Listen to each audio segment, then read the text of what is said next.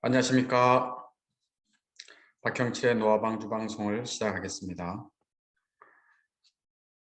오늘은 조나단 에드워즈의 구속사 중에서 아담에게 나타난 구속사역에 대한 진리를 전하려고 합니다.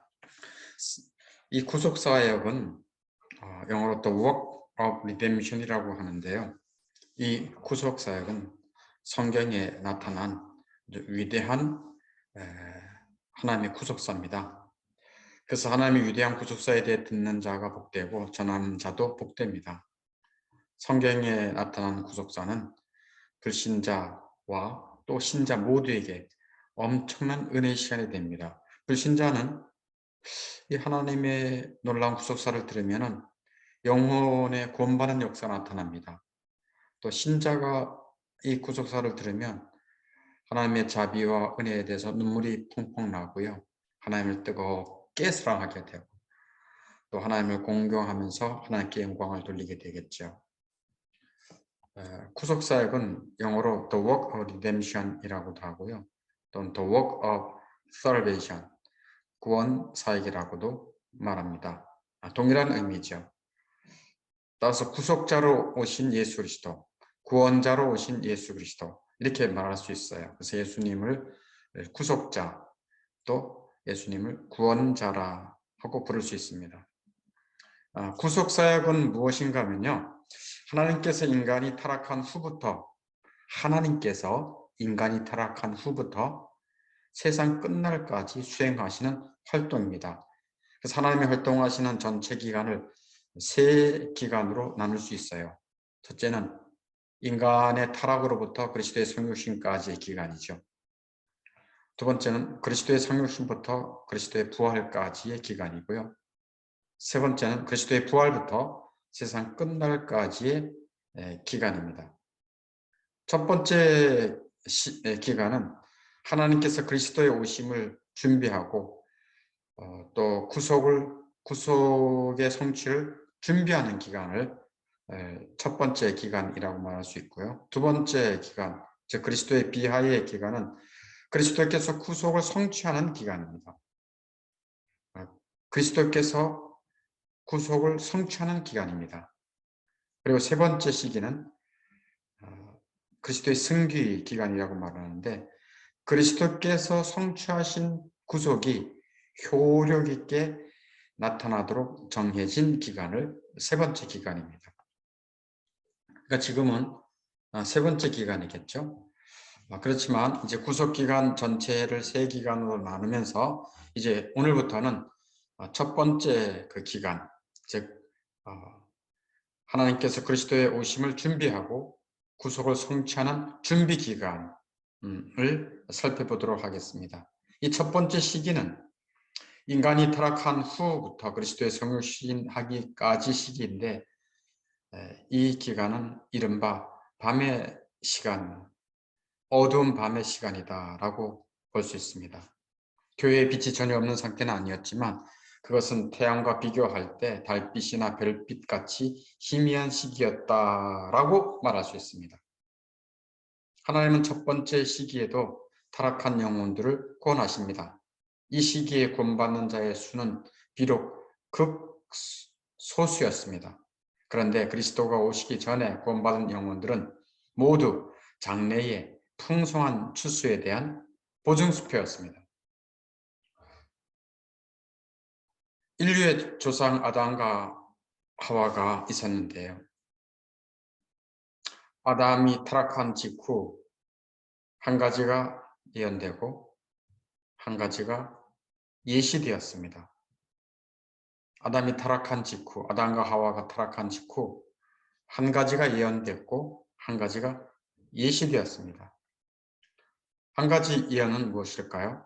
한 가지 예언은 구속주 그리스도가 예언된 겁니다. 구속주로 그리스도가 오실 것이다 라고 하는 것이 예언된 것입니다. 창세기 3장 15절 말씀이에요. 하나님이 이렇게 말씀합니다. 여자의 후손은 너의 머리를 상하게 할 것이다. 여자의 후손은 그리스도죠. 너의 머리, 너는 누굽니까? 뱀의 머리. 뱀은 성경에서는 마귀라고 말하고 있어요. 그러니까 여자의 후손인 그리스도가 마귀의 괴계를 굴복시킬 것이다 라고 예언하셨습니다. 마귀는 지금도 사람들로 하여금 하나님을 믿지 않게 합니다. 교회에 관심이 없게 하고요. 예수 그리스도에 대해서는 무관심하게 합니다. 이 마귀의 괴계입니다. 오직 보이는 세상에만 관심을 갖게 합니다. 자기 육체만 관심을 갖게 해요. 영원 불멸인 자기 영혼에게는 관심을 갖지 못하게 하는 것이 마귀의 괴계입니다. 그러나 하나님께서는 한 가지를 예언하시죠. 너희의 머리 마귀의 괴계를 박살낼 그리스도가 오실 것이다 라고 창세기 3장 19절에 예언합니다. 한 가지 예시는 또 무엇일까요? 한 가지 예시는 희생제사에 대한 예시인데, 이 희생제사는 구속주 그리스도께서 희생을 통해서 죄인들을 구원하실 것이라고 하는 예시입니다. 희생제사 제도입니다.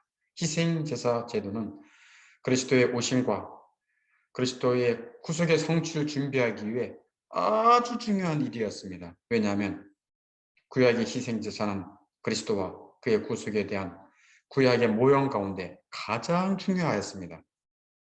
구약의 희생제사는 하나님이 죄를 구속하기 위해서는 화목제물이 필요하다, 희생제물이 필요하다는 것을 영혼들에게 새겨주는 효과가 있기 때문입니다. 그래서 인류의 첫 조상 아담과 하와가 타락한 이후 모든 민족이 희생제물을 드리는 관습이 생겨나게 되었어요. 그래서 인간 세상에 두루 퍼지게 되었습니다. TV나 어떤 세상의 어떤 문화를 보면은 자기의 죄들 또는 그 부족의 죄를 위해서 어떤 희생 제물을 드리는 그런 풍습들을 쉽게 볼 수 있는데, 이것은 바로 속죄를 위해서 신들에게 제물을 바치는 이런 관습은 모든 민족에게 공통적 관습이 되었던 것입니다. 희생제사는 이렇게 흔히들 알고 있어요. 모세를 통해서 제사장법에서 제정된 것이 아닐까요? 레위기의 구약성의 레위기의 제사장법 또는 희생제사 제도가 나오거든요. 그렇지만 희생제사는 모세의 레위 제사장법에서 처음 제정된 것이 아니었습니다. 희생제사는 그보다 훨씬 전에 하나님의 교회가 땅에 처음 세워졌을 때 예배 의식이었습니다. 성경에는 아브라함과 이삭, 야곱이 희생제사를 드린 기사를 기록하고 있고요. 그들 이전에는 노아와 아벨이 그렇게 한 것을 봅니다. 이것은 분명히 하나님의 약속에 따른 것이었습니다. 희생제사의 약속, 희생제사의 언약은 창세기 3장 15절 직후에 정해진 것으로 봅니다. 창세기 3장 15절의 언약과 약속은 희생제사 관습이 세워지게 된 근거이기 때문입니다. 하나님이 마귀에게, 즉 뱀에게 판결을 내리신 후에 아담과 하와에게 하신 조치는 가죽옷을 입힌 것이었습니다. 대다수 신학자들에 따르면 그것은 희생제사에서 죽임을 당한 짐승의 가죽으로 간주됩니다. 왜냐하면 홍수전까지 희생제사에서 짐승들을 바치기 위한 경우를 제외하고는 인간이 짐승을 죽여도 되는 경우를 어디에서도 찾아볼 수 없기 때문입니다.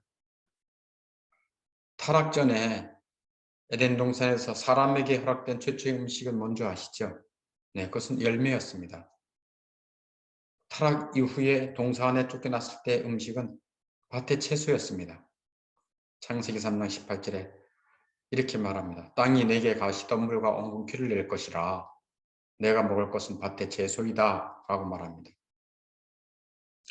고기를 음식으로 먹는 것이 처음 허용된 때는 한참 후 노아 홍수 이후였습니다. 따라서 아담과 하와가 옷으로 입게 된 가죽은 희생제물로 드려진 짐승의 가죽인 것이 틀림없습니다. 하나님이 인간에게 가죽 옷을 지어 입히신 것은 그들이 그리스도의 공의로 옷을 입게 되는 것에 대한 생생한 상징이었습니다. 공의의 옷은 사람이 스스로 지어 입은 것이 아니고 하나님께서 아담과 하와에게 지어주는 것입니다. 하나님이 그들에게 옷을 지어 입히신 것은 죄로 말미암아 벌거벗은 몸을 공의의 옷으로 가려준 것입니다. 그것이 희생 제물로 드려진 짐승의 가죽으로 만든 가죽 옷이었습니다. 이사야서 61장 10절 말씀에 이런 말씀이 있습니다. 그가 구원의 옷을 내게 입히시며 공의의 겉옷을 내게 더하시니 신랑이 사물을 쓰며 신부가 자기 보석으로 단장한 같게 하셨습니다. 여기서 구원의 옷, 공의의 옷은 그리스도의 보혈의 공로로 말미암아 입혀주는 옷입니다. 그 옷은 우리가 전혀 죄를 짓지 않은 것처럼 간주해 주시는 하나님의 은혜입니다. 공의의 겉옷은 아담과 하와, 즉 죄인의 죄와 추함을 덮었을 뿐 아니고 그 사람을 아름답게 단장하며 꾸며줍니다. 이 굉장히 중요한 말입니다. 이 공의의 겉옷은 아담과 하와가 죄를 지어서 벌거벗은 것을 알게 되어서 수치를 꼈잖아요. 그 부끄러움을 가려줄 뿐만 아니고 그 사람들을 아름답게 단정시키고 꾸며주는 것이 공의의 겉옷입니다. 이게 옷의 기능 중 중요한 기능이죠. 그러므로 아담과 하와가 그리스도의 구속의 첫 열매였다는 것은 가능한 일입니다. 타락 직후 아담과 하와는 눈이 밝아져서 자기들이 벌거벗은 것을 보고 자기들이 죄인임을 깨닫고 죄책감과 수치를 느꼈어요. 그래서 무화과 나무로 자신의 벌거벗음을 가렸던 것입니다. 자신의 처지를 깨닫는 순간 처음으로 했던 일은 자기의 의의 누더기로 벌거벗은 자신의 영혼을 가리려고 애썼던 것입니다. 지금도 사람들은 하나님을 두려워하는 마음이 있어요. 그래서 죽는 것을 두려워하잖아요. 하나님 앞에 또 사람 앞에 자기가 괜찮은 사람이다라는 것을 보이려고 자기 의를 내세우려고 그래요. 선행을 하고 또 자기의 공로를 내세우고 자기의 능력을 내세우려고 합니다. 이게 자기의 의를 가지고 하나님 앞에 나가려고 한다 그런 얘기죠. 사실 자기의 의는 누더기와 같습니다. 자기 의는 최초로 죄를 범했던 아담과 하와가 자기가 스스로 벗은 몸을 가리려고 했던 것을 그것을 가리려고 했던 무화과 나무와 같습니다. 스스로 자기 수치를 가리려고 했잖아요. 그 무화과 나무와 같아서 곧 부스러지고 또 없어지고 말죠. 이렇게 자기가 벌거벗은 것을 알고 죄인임을 깨닫고 죄책감을 느끼는 그때에 그들은 자신을 정죄하려고 오신 하나님의 음성을 듣고 두려워했고 더욱더 자신들의 수치와 비참함을 깨닫게 되죠. 무화과 나무로 수치를 가렸지만 부스러져서 아무 소용이 없게 되자 더 이상 견디지 못하고 벌거벗은 것을 감추려고 동산 나무 사이에 숨었지요. 두려움과 수치와 비참함이 더욱 고조되었고 심판자 앞에 두려워 벌벌 떨었던 것입니다.